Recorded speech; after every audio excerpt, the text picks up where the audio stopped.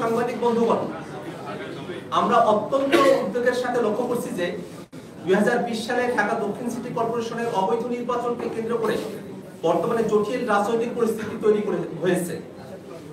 উদ্ভূত পরিস্থিতির জন্য নির্বাচন কমিশনের পক্ষপাতদুষ্ট ভূমিকায় দায়ী বলে আমরা মনে করি। ইশরাক হোসেন গোলাম, শেখ ফজলুল তাপস মামলার বিবাদী হওয়া সত্ত্বেও নির্বাচন কমিশন নজিরবিহীনভাবে মামলায় প্রতিদ্বন্দ্বিতা করেনি, যার ফলে একতরফা রায় প্রদান করা হয়েছে।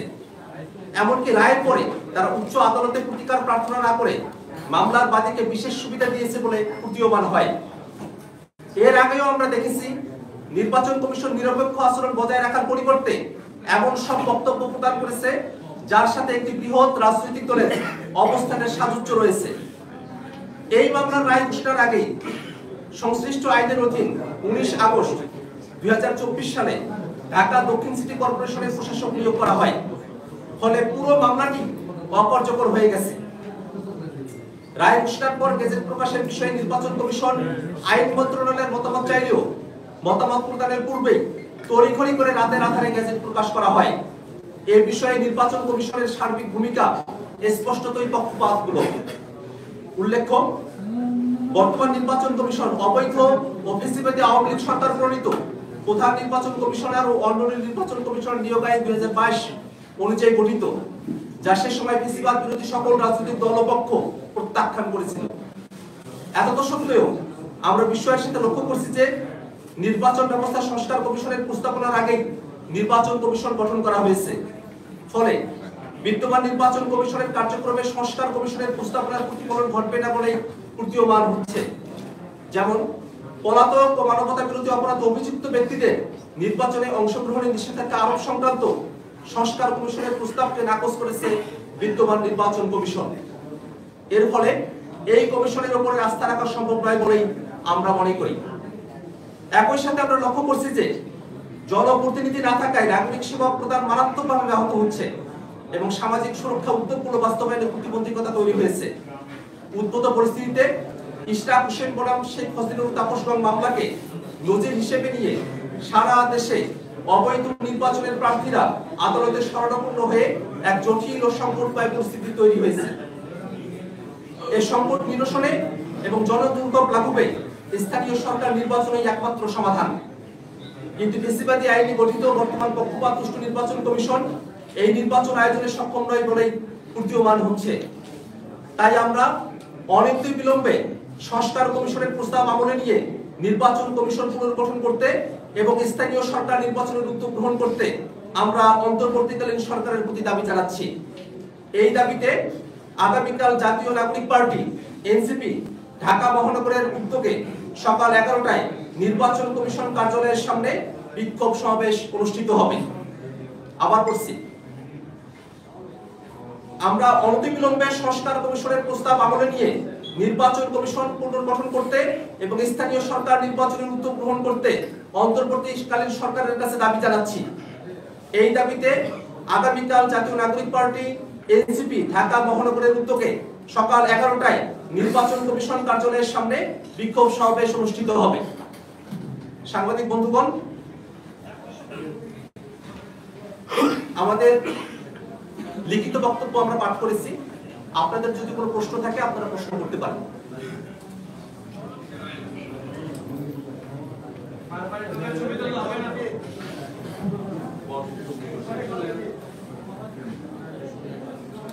আর কোনো প্রশ্ন আছে?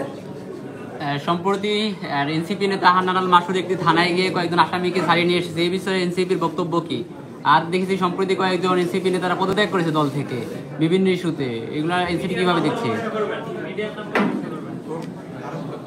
আজকে আমাদের সংবাদ সম্মেলনটা হলো নির্বাচন কমিশন এবং লোকাল গভর্নমেন্ট ইলেকশন। আমি সবাইকে অনুরোধ করবো আমাদের আলোচ্য বিষয় সেই বিষয়ে থাকার জন্য সবাইকে অনুরোধ জানানো।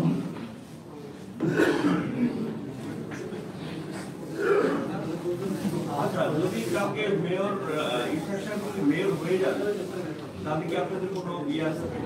মানে এই বিষয়ে আপনারা কি বলবেন? এটা মোটামুটি তো একটু আগাই গেছে বিষয়টা। মিডিয়ার নাম করবেন। মিডিয়ার নাম্বারে কষ্ট করবেন। আমি সম্পদ ঢাকা জার্নালের আমি মাল্টিমিডিয়া ইনচার্জ। তো আমার প্রশ্ন হচ্ছে যে যদি আমরা তো আজকে প্রেস ব্রিফিং থেকে এটা পরিষ্কার করলাম যে আমরা মনে করছি যে সংকটময় পরিস্থিতি তৈরি হয়েছে সেটার জন্য অনতি বিলম্বে স্থানীয় সরকার নির্বাচন দিয়ে দেওয়া উচিত এবং স্থানীয় সরকার নির্বাচন দেওয়া এই নির্বাচন কমিশনের পক্ষে সম্ভব নয়, সেই আস্থাটা আমরা রাখতে পারতেছি না। কারণ তারা পক্ষপাতমূলক আচরণ করছে, তারা সংস্কার প্রস্তাবনা আমলে নেয়নি এবং তারা তাদের যে গঠন প্রক্রিয়া সেখানেই ত্রুটি রয়েছে। ফলে আমরা প্রথমে নির্বাচন কমিশনকে পুনর্গঠন করে স্থানীয় সরকার নির্বাচনের দাবি জানাচ্ছি। নতুন স্থানীয় সরকার নির্বাচন করলে জনপ্রতিনিধি আসবে, নাগরিক সমস্যাগুলো লাঘব হবে এবং এই যে বিভিন্ন আগের অবৈধ নির্বাচন আমরা বলতেছি যে নির্বাচনগুলো অবৈধ ছিল এবং ওই আমলে ফ্যাসিবাদ বিরোধী সবগুলো পক্ষ আমরা প্রত্যাখ্যান করছি। এখন সেই নির্বাচনের তো আমি বলতে পারি না আমি সেটার বৈধ মেয়র বা প্রার্থী, এটা আসলে দ্বিচারিতা। তো সেই জায়গা থেকে স্থানীয় সরকার নির্বাচনের মাধ্যমে আসলে এই সমস্যাগুলো সমাধান করা প্রয়োজন। ফলে সরকারের কাছে আমাদের দাবি যাতে আমরা দ্রুত সেই ধরনের ব্যবস্থা নিয়ে নির্বাচন কমিশনকে পুনর্গঠন করে আমরা স্থানীয় সরকার নির্বাচনের দিকে আমাদের দ্রুত যেতে হবে। যদি তারা এই আসলে বসে যায়, মানে যদি দায়িত্ব গ্রহণ করে ফেলে, সেক্ষেত্রে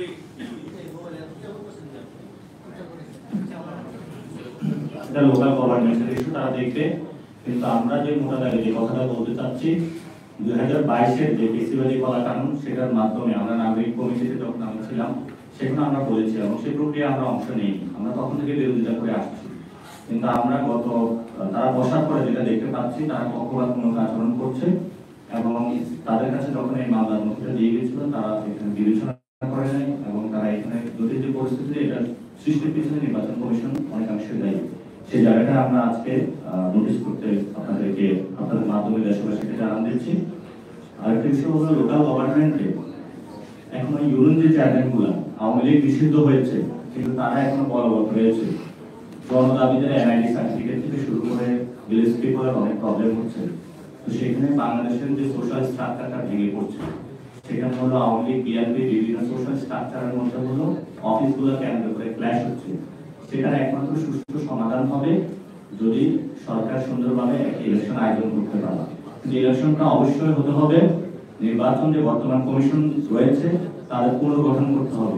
কারণ বর্তমান যে ইলেকশন কমিশনগুলো রয়েছে সেন্ট্রাল বলি লোকাল বলি সর্বক্ষেত্রে এটা মাফিয়া আমলের একটা ফেসিলিটি প্রতিষ্ঠান, সাংবিধানিক প্রতিষ্ঠান আকারে এটা সক্ষমতার পরিচয়টা আমরা লোকাল গভর্নমেন্টকে দিয়ে দেখতে পাবো। তাহলে আমরা জাতীয় নির্বাচনের যে একটি গণতান্ত্রিক প্রক্রিয়া উত্তরণের পথে আমাদেরকে যেতে হবে। আমরা শুরু থেকেই বলে আসছি জাতীয় নাগরিক পার্টি মনে করে এই সময়ে বাংলাদেশকে একটি গণতান্ত্রিক প্রক্রিয়া নিতে হবে, আর এই গণতান্ত্রিক প্রক্রিয়ার পথে নেওয়ার অন্যতম বড় বাধা হলো নির্বাচন কমিশন। সেই ক্ষেত্রে নির্বাচন কমিশনকে পুনর্গঠন করার জন্য আমরা সশরীরে মাঠে আগামীকাল হাজির হব। আজকেও আমরা দাবি জানাচ্ছি কিভাবে তাদেরকে পুনর্গঠন করা যায়, যে মিনিস্ট্রিগুলো রয়েছে তারা উদ্যোগ নেয় এবং লোকাল গভর্নমেন্টের ইলেকশনের মধ্য দিয়ে সাংবিধানিক প্রতিষ্ঠানকে আমরা শক্তিশালী করে বাংলাদেশে গত তিনটা যে ইলেকশন হয়েছে যে সিস্টেমের মধ্য দিয়ে এসেছে এবং বাংলাদেশকে হলো পঙ্গু করে দেওয়া হয়েছে, সেটা থেকে আমরা বাংলাদেশকে মুক্তির দিশা খুঁজতেছি। সেই ক্ষেত্রে আমরা বিভিন্ন রাজনৈতিক দল পক্ষ গোষ্ঠী যারা রয়েছে তাদের কাছে আহ্বান জানাবো, ছল ছাত্রীর কোনো আশ্রয় নেবেন না। বিভিন্ন জায়গায় আপনারা যে ছল ছাত্রীর আশ্রয়টা নিচ্ছেন এর মাধ্যমে সাংবিধানিক যে প্রতিষ্ঠানগুলো রয়েছে তাদের উপরে হস্তক্ষেপ হচ্ছে।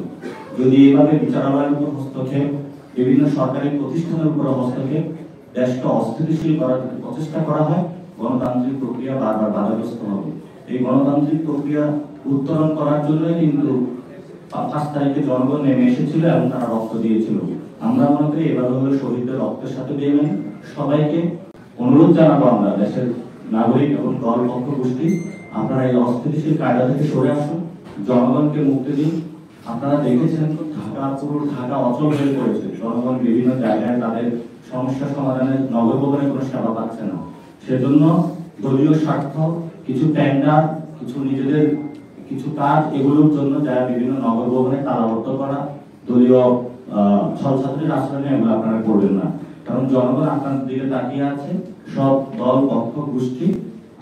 আমরা আপনাদেরকে আহ্বান জানাবো নির্বাচন কমিশন এটাই কিন্তু আমাদের একটা সাংবিধানিক ভিত্তি, যেটার মধ্যে আমরা গণতন্ত্রে যাব। সেটাকে কিভাবে শক্তিশালী করা যায়, সেজন্য আমরা সবাই ঐক্যবদ্ধ বসে আলোচনার মাধ্যমে আমরা এটাকে এগিয়ে নিয়ে যাই। তাহলে বাংলাদেশটা গণতান্ত্রিক প্রক্রিয়ায় ভবিষ্যতে এগিয়ে যাবে। ধন্যবাদ। ভাই, আমি বিএনএস 24 এর রিপোর্টার পাবেল আলফি। আপনি বলছিলেন যে হচ্ছে গণতান্ত্রিক প্রক্রিয়া যাওয়ার জন্য আপনাদের নির্বাচন কমিশনকে শক্তিশালী করা হবে। সেক্ষেত্রে এখন আমরা দেখছি যে ইশরাকের যে মামলাটা চলমান রয়েছে, সেক্ষেত্রে হাইকোর্টের উপর একটা প্রেশার ক্রিয়েট হচ্ছে আপনার গণভবনে তালা দেওয়ার মাধ্যমে। আপনারা কি মনে করেন যে এই যে হাইকোর্টের উপর প্রেশার ক্রিয়েট আবার নির্বাচন কমিশনকে আপনারা শক্তিশালী করতে চান, এটা কি কোনোভাবে পসিবল যে একটা মব ক্রিয়েট করার ফলে আপনারা এবার হচ্ছে পাল্টা কর্মসূচি বলা যায়? এটা তো আমাদের দীর্ঘ 15 বছরের আপনারা দেখেছেন বিচার বিভাগকে কিভাবে ধ্বংস করে দেওয়া হয়েছে। এখনো বিভিন্ন রাজনৈতিক দলগুলোকে চেষ্টা চলছে, এটা আমাদের সংস্কৃতির মধ্যেও বেড়ে বসেছে। আমরা তো এটা থেকে মুক্তি পেতে চাই। বিচার বিভাগ স্বাধীনভাবে কাজ করবে, নির্বাচন কমিশন স্বাধীনভাবে কাজ করবে। এবং আপনারা দেখতে পেয়েছেন আমাদের যিনি প্রধান উপদেষ্টা, ওনার বক্তব্যের আগেই কিন্তু নির্বাচন কমিশন কমেন্ট করে থাকে, কিন্তু এটা ওনার করা উচিত না। আমরা মনে করি যে উনি একটি দলীয় মুখপাত্র হিসাবে কাজ করছেন, ফলত ওনাদের দ্রুত সংস্কার প্রয়োজন। আমরা শুধু ব্যক্তিগুলোর সংস্কার প্রয়োজন চাই না, যেই ব্যক্তি এখানে বসুক না কেন, পুরো প্রাতিষ্ঠানিক আকারে আমরা নির্বাচন কমিশন যেটা রয়েছে সেটা পুনর্গঠন চাচ্ছি এবং একটা সংস্কার প্রক্রিয়ার মধ্যে দিয়ে। তারা এই পর্যন্ত কোনো সংস্কার প্রক্রিয়া কোনো বিষয় আমরা নিচ্ছে না এবং তারা নিজেদের একটা দলীয় মুখপাত্র হিসাবে আমরা কোনো নির্বাচন কমিশন যেটা গণতন্ত্রের অন্যতম একটা প্রতিষ্ঠান, কোনো দলের মুখপাত্র হোক, কোনো ব্যক্তির মুখপাত্র হোক, আমরা চাই না আগামী বাংলাদেশে এমন কোনো কিছু। সেই জায়গা থেকে আমরা আজকের এই প্রেস কনফারেন্সে পাই। আমার প্রশ্নটা ছিল, আপনারা একটা পাল্টা কর্মসূচি দিচ্ছে, যেহেতু নবভবনে তালা দিচ্ছে, সেই প্রতিবাদী বলা যায় না, আমরা পুরো স্পষ্ট করছি, আমরা কোনো পাল্টা কর্মসূচি দিচ্ছি না।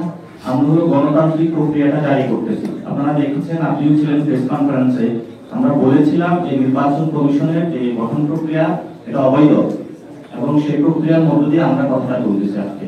এবং সেখানে আমরা বলছি গণতান্ত্রিক প্রক্রিয়া উত্তরণের জন্য আমাদের সময় কিন্তু হাতের নাগালে। গণতান্ত্রিক প্রক্রিয়া যতই আমরা উন্নত হতে পারবো, তখনই দেশের সবগুলো ব্যবস্থা হলো সুন্দরভাবে মানুষ তাদের জায়গাতে ভোট দিতে পারবে। তো সেখানে গণতান্ত্রিক প্রথম যে কাঠামোটা সেটা হলো আমাদের নির্বাচন কমিশন। অলরেডি তারা এনআইডির অনেকগুলো কাজ শুরু করেছে। এই প্রক্রিয়ার মধ্যে যদি যায়, একটি দলের পক্ষ হয়ে তারা কাজ করে, পক্ষপাতমূলক আচরণ করে, সেটা তো ভবিষ্যৎ গণতান্ত্রিক প্রক্রিয়াকে বাধাগ্রস্ত করে এবং তাদের আচরণের কারণে কিন্তু ঢাকা মহানগরে এই ধরনের অবস্থা সৃষ্টি হয়েছে। সেই জায়গা থেকে আমরা মনে করি নির্বাচন কমিশনের দায়বদ্ধতা রয়েছে এবং সাথে সাথে নির্বাচন কমিশনের ব্যাকডোরে যে দলটা কাজ করছে তাদেরও জনগণের কাছে দায়বদ্ধতা রয়েছে। আমরা 5 তারিখের আগে হাসিনার আমলে যে ধরনের ক্রিয়া কার্যকলাপ দেখেছি, সংস্কৃতি দেখেছি রাজনৈতিক, সেটা আমরা দেখতে চাই না। সেই জায়গা থেকে আমরা বলছি যাতে গণতান্ত্রিক প্রক্রিয়া উত্তরণ ঘটে। সে জায়গা থেকে আমরা কোনো পাল্টা অথবা এই ধরনের এনসিপি ভবিষ্যতে এই ধরনের কোনো রাজনীতি ইনশাআল্লাহ করবে না। আমরা গণতান্ত্রিক প্রক্রিয়াকে শক্তিশালী করার জন্য মাঠে নেমেছি। আমরা যাতে আমাদের কোনো ভাই শহীদ না হয়, আমরা মানুষের ভোটাধিকার ফিরিয়ে দেওয়ার জন্য কাজ করার জন্য নেমেছি। আমরা আমাদের সেই প্রক্রিয়ায় চলমান থাকবে ইনশাআল্লাহ। আপনারা ইতিমধ্যে জানতে পেরেছেন যে বিএনপি নেতারা বক্তব্য দিচ্ছে স্থানীয় সরকারের কথা বলে জাতীয় নির্বাচন পেছানোর এক ধরনের চক্রান্ত ষড়যন্ত্র চলছে। এখন আপনারা দাবি করছেন যে স্থানীয় সরকার নির্বাচনটা দেওয়া হবে। আসলে এই বিষয়টা নিয়ে আপনাদের আসলে বিএনপি নেতাদের যে মন্তব্য, আপনারা আসলে কিভাবে দেখছেন বিষয়টা? 5ই আগস্টের পর থেকে যে কোনো 5ই আগস্টের পর থেকেই তো আসলে বাংলাদেশের সমগ্র সবকিছুর আলোচনা কেন্দ্রবিন্দুকে জাতীয় নির্বাচনে নিয়ে আসা হয়েছে পরিকল্পিতভাবে। এবং আমরা তো জাতীয় নির্বাচনের বিরোধিতা কেউই কখনো করিনি এবং আমাদের এনসিপি কিন্তু আমাদের অবস্থান প্রধান উপদেষ্টা যেই সময়ে সীমা দিয়েছে ডিসেম্বর থেকে জুন, আমরা কিন্তু সেটাকে সমর্থন করেছি যে এর মধ্যেই নির্বাচন হতে পারে।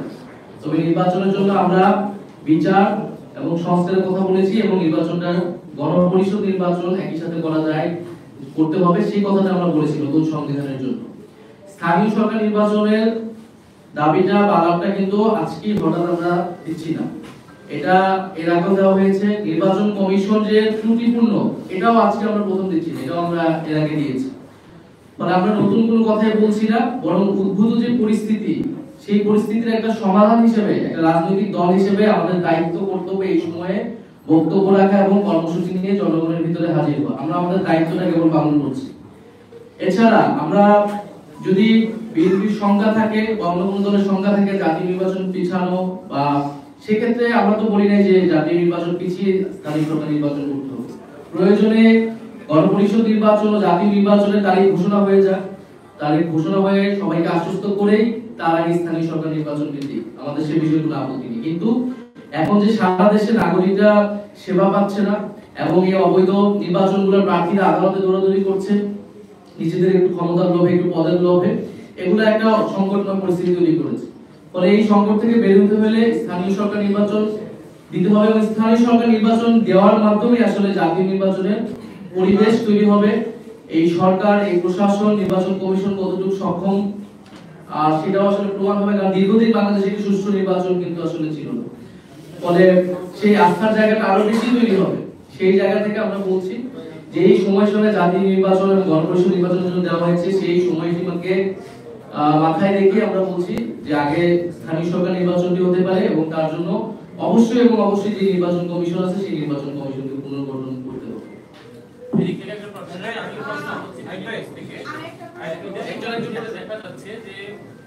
আন্দোলনগুলো গত 5 আগস্টের পর আন্দোলনগুলো হচ্ছে হলো একেবারে জিম্মি করে, যে যেখানে আন্দোলন করছে নগর ভবনের বিষয়টা একদম নগর ভবনের দরজায় কি ডক্টর ইউনূসের কোনো দাবি জানাবে ডক্টর ইউনূসের বাড়ির সামনে কি। এখন আপনারা যে কর্মসূচিটা দিলেন নির্বাচন কমিশন সংস্কারের জন্য, নির্বাচন কমিশনের ওখানে কি জানি না আপনারা কতটুকু কাছে যাবেন, তো এটা সংস্কার করার দায়িত্বটা কার? এটা কি কমিশন নিজে নিজেকে সংস্কার করবে নাকি সরকারের দিক থেকে সংস্কারের উদ্যোগ নেওয়া হবে? নাম্বার 1। নাম্বার 2 হচ্ছে নাসিব ভাই বলেছেন যে বিষয়ভিত্তিক প্রশ্ন করতে, কিন্তু একটা গুরুত্বপূর্ণ এবং সমসাময়িক বিষয় হচ্ছে যে বৈষম্য বিরোধী ছাত্র আন্দোলনের থাকা না থাকা কোন প্রক্রিয়ায় আছে না, এটা নিয়ে খুবই ধোঁয়াশার মধ্যে আছে এবং এই ধোঁয়াশাটা এই আন্দোলনের নেতা কর্মীদের ভেতর থেকেও সৃষ্টি হচ্ছে। আজকে গতকালকে মোহাম্মদপুর থানায় বৈষম্য বিরোধী ছাত্র আন্দোলনের একটা ঘটনা ঘটেছে, সেখানে এনসিপির লোকজন সেখানে ইনভলভ হয়েছে। এই বৈষম্য বিরোধী ছাত্র আন্দোলনের এখনকার স্ট্যাটাসটা কি এবং এটা কিভাবে চলবে বা চলছে না আগে একবার বলেছেন, আরেকবার স্পষ্ট করবেন। দ্বিতীয়টা থেকে যদি বলি, বৈষম্য বিরোধী ছাত্র আন্দোলন তারা তাদের মতো কাউন্সিল করে নতুন নেতৃত্ব নির্বাচন করার কথা। বৈষম্য বিরোধী ছাত্র আন্দোলন কিন্তু স্বতন্ত্রভাবে স্বাধীনভাবে পরিচালিত হবে। জাতীয় নাগরিক পার্টি একটা রাজনৈতিক দল, বৈষম্য বিরোধী ছাত্র আন্দোলন একটা গণঅভ্যুত্থানের প্ল্যাটফর্ম। আমরাও সেই প্ল্যাটফর্মের নেতৃত্বে ছিলাম, আমরা এখন সাবেক হয়েছি। তো আমরা আশা করি দ্রুত সময়ের মধ্যেই তারা তাদের যে কাউন্সিল, সেই কাউন্সিল করে তাদের নতুন কেন্দ্রীয় নেতৃত্ব নির্বাচন করলে সারা দেশে যে শৃঙ্খলা, সেই শৃঙ্খলাটি দ্রুত আয়ত্তে আসবে। আর গতকাল ধানমন্ডির বিষয়ে যেটা বলছেন সেটা আমরা শুনতে পেয়েছি, আমরা সেই বিষয়ে তদন্ত করছি, খতিয়ে দেখছি। আর প্রথম প্রশ্নটা জিম্মি করার বিষয়ে, আমরা কিন্তু গণতান্ত্রিক প্রক্রিয়াতেই আন্দোলনের মানে দাবি আদায়ের কথা বলছি। এখন আপনি দেখবেন যে আওয়ামী লীগ নিষিদ্ধের যে বিষয়টি, সেটি কিন্তু আসলে আমরা যখন একদম শেষ সীমায় চলে গিয়েছিলাম, গত 9 মাস ধরে যখন কোনো ধরনের ব্যবস্থা দেওয়া হচ্ছিল না, সেটা কিন্তু শেষ সীমায় যাওয়ার পরে কিন্তু আমরা নিয়েছি। আমরা কিন্তু প্রথমেই যে গিয়েছি এরকম না, বরং আমরা 5 আগস্টের পর থেকে বিভিন্নভাবে আমরা বলে আসতেছিলাম। যখন আমরা সরকারের ভিতরে ছিলাম তখন আমরা বলেছি, যারা বাইরে ছিল তারা বলছে। ফলে ইলেকশন কমিশন পুনর্গঠনের দাবিটাও আমরা কিন্তু বলে আসছিলাম গল্প করে। কিন্তু আমরা যখন দেখলাম যে এই ইশরাক হোসেন মামলার যে বিষয়টা একেবারে সরাসরি ইলেকশন কমিশন এই সংকটটা তৈরি করেছে, তারা এই মামলায় কোনো কন্টেস্টই করেনি এবং তারা আপিলও করেনি। ফলে এটা খুবই স্পষ্ট যে তারা একটা দলের পক্ষ নিচ্ছে, একটা প্রার্থীর পক্ষ নিচ্ছে এবং এই ধরনের সংকট যে সামনে তারা করবে না, এবং এই নির্বাচন কমিশনের উপরে জাতীয় নির্বাচন বা যে কোনো নির্বাচনের উপর আস্থা তো আমরা রাখতে পারছি। ফলে আমরা গণতান্ত্রিকভাবে আমরা দাবি জানাচ্ছি, কালকে ইলেকশন কমিশনের সামনে যাবো, আমরা তাদেরকে দাবি জানাবো। এরপরে আন্দোলনের পরিস্থিতি অনুযায়ী আমাদের দাবিটা যদি কর্ণপাত না করানো হয়, সেই অনুযায়ী আমরা আমাদের দাবি আন্দোলনের তীব্রতা বৃদ্ধি করবো, কিন্তু সেটা আমরা গণতান্ত্রিক উপায় করবো। বরং এখন যেটা হচ্ছে, একটা বৃহৎ রাজনৈতিক দল হিসেবে, প্রতিষ্ঠিত দল হিসেবে যেই ম্যাচুরিটি জনগণ তাদের কাছ থেকে আশা করে, তারা কিন্তু দেখাচ্ছেন। শাহবাগ বন্ধ হচ্ছে, নগর ভবন বন্ধ হচ্ছে, যমুনা ঘেরাওয়ের হুমকি দিচ্ছে, নানাভাবে দেশে একটা অস্থিতিশীলতা তৈরি করার চেষ্টা করছে। আমি বলবো যে সবাইকেই এই জায়গা থেকে সরে আসা উচিত এবং আলোচনার মাধ্যমে, আমাদের এখন একটা আলোচনা, রাজনৈতিক দলগুলোতে একটা আলোচনার পরিবেশ আছে সরকারের সাথে এবং আমাদের সব রাজনৈতিক দলের মধ্যে সেই যোগাযোগ, সেই সম্পর্কটা আছে। আমরা যাতে যদি আলোচনার মাধ্যমে, সংলাপের মাধ্যমে আমরা যদি সমাধান করতে পারি, তাহলে এটা দেশের জন্য, সবার জন্য আসলে ভালো। আচ্ছা, আমার নাম তিথি, আমি যমুনা টেলিভিশন থেকে। আমার প্রশ্নটা হচ্ছে ঢাকা উত্তর সিটি কর্পোরেশনের যে প্রশাসক রয়েছে মোহাম্মদ এজাজ, তাকে একবার হিজবুত বলা হচ্ছে, একবার এনসিপি বলা হচ্ছে, এই ইস্যুতে আপনাদের মন্তব্যটা?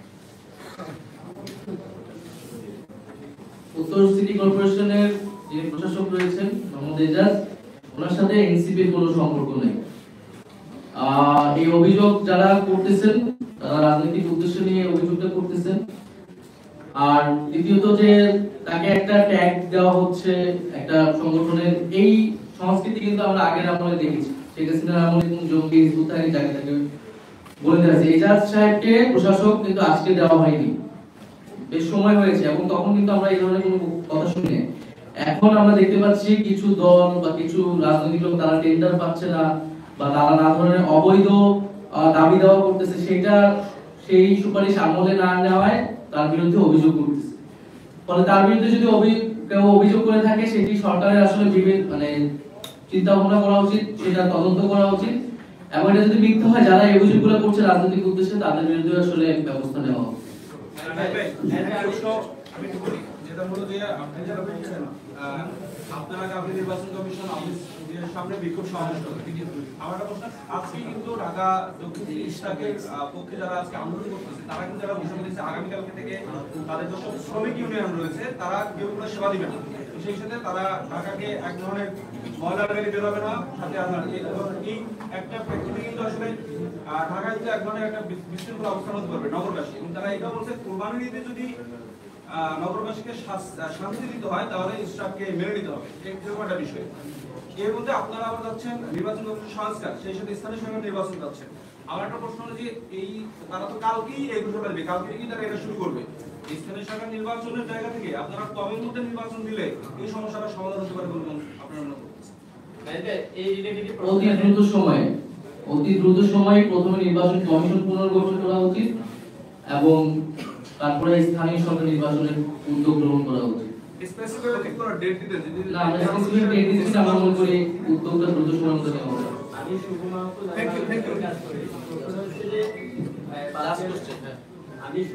আমি বাংলাদেশের কাজ করি। প্রশ্নটা হচ্ছে, আপনি বলছেন যে জাতীয় নির্বাচনের তারিখ ঘোষণা করে স্থানীয় সরকার নির্বাচন দেওয়া হবে, কিন্তু বিএনপি গত 5 আগস্টের পর থেকেই বলছে যে স্থানীয় সরকার নির্বাচন তারা চায় না, তারা আগে জাতীয় নির্বাচন চায়। সেক্ষেত্রে আপনাদের পক্ষে এবং বিএনপি চাচ্ছে একরকম, আপনারা চাচ্ছেন অন্যরকম, এটার মধ্যে একটা কন্ট্রাডিকশন হবে কিনা এবং সরকার বিব্রতকর পরিস্থিতিতে পড়বে কিনা, সেটা আপনারা কি উভয় দল বা যে কোনো সংলাপে বসে একটা সমন্বয় করে একটা সিদ্ধান্ত নিতে পারেন কিনা?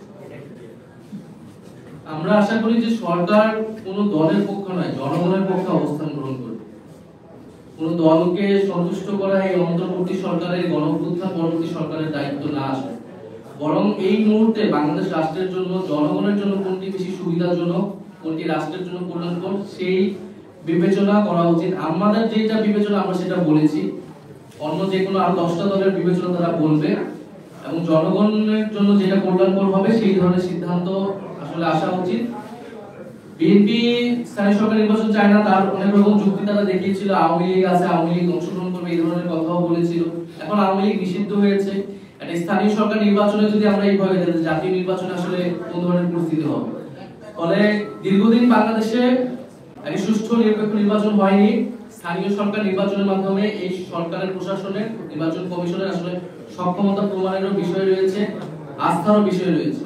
সার্বিকভাবে আমরা মনে করছি যে স্থানীয় সরকার নির্বাচন দেওয়ার মাধ্যমে বর্তমান সংকট দূর হবে এবং দেশের মানুষের আস্থা এবং নির্বাচনী যে সংস্কৃতি, গণতান্ত্রিক যে পরিক্রমা, সেটাই আমরা আসলে এগোতে পারবো। ধন্যবাদ সবাই।